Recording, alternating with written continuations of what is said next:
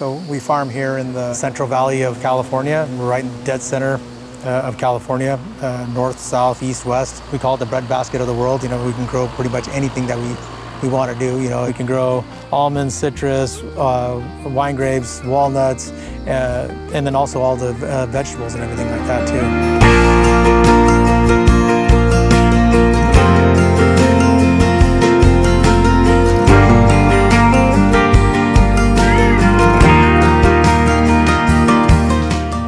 Mandarins we plant in May. It's already a live plant that we get, and so we plant them in May when the weather is starting to turn, it's starting to get warmer. And typically here in May, the temperature ranges from anywhere from 80 to 105 degrees. So while they're a live plant, we want to get them in the ground and get them irrigated and get them going. So mandarins we start harvesting in February. They make a couple passes through here. They pick for size, and we'll probably end up finishing the harvest up in April, and they'll probably go in here 4 to 5 times to get all the fruit out. It takes them about 3 years to get the first crop, and these trees could last, 30, 40 years. There's a big demand for these easy peel mandarins, and it's been a very good market for us.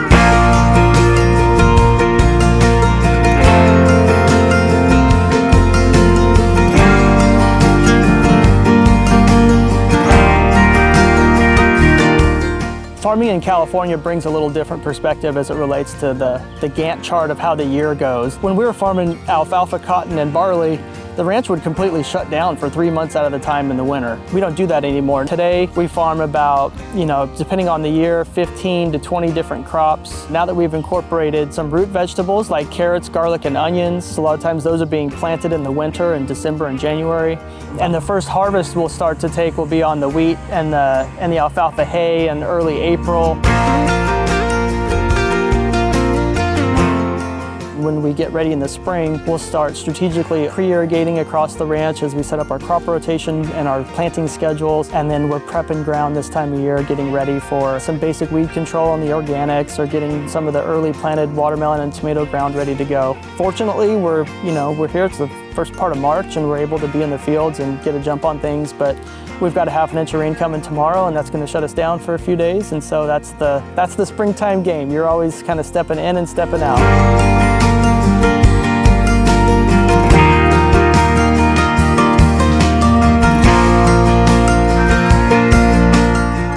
I farm 500 acres, 400 of almonds and 100 of walnuts. Right now we're standing in a younger 3-year-old block of Butte Padre almonds that are right in the full bloom stage. We farm multiple varieties of almonds. These almonds are predominantly used like in Hershey bars, Hershey Kisses. They're a smaller variety.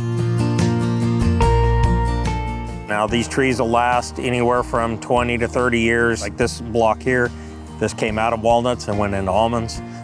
When it's time to recycle again, this ground here will go back probably into walnuts. But we harvest all our own products. We're vertically integrated all the way up to the hulling side.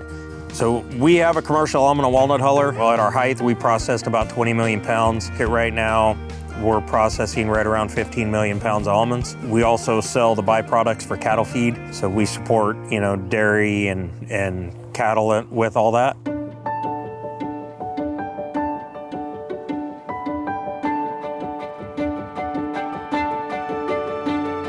Our approach to successful farming isn't one of being lone wolves. We're always out looking for really good partners. We believe in the co-op philosophy, and we look forward to, the ownership and the competitive opportunities that a co-op brings to the table. As a farmer, having a co-op in the market's a really good thing. With energy, with fuel pricing, and all the way down to chemical and fertilizer. The co-op normally has the supply that the privates don't. If we were just set up to deal with private equity is all about dollars and cents. It's not about customer service. It's not about what can we do to help our farmers, and that's where the co-op comes in.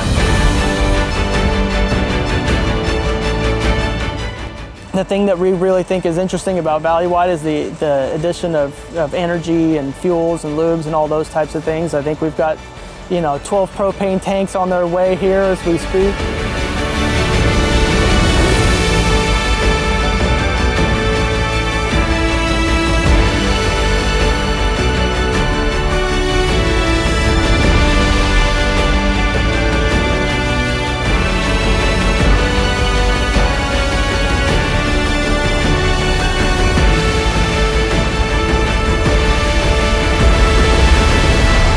is a grower-owned co-op.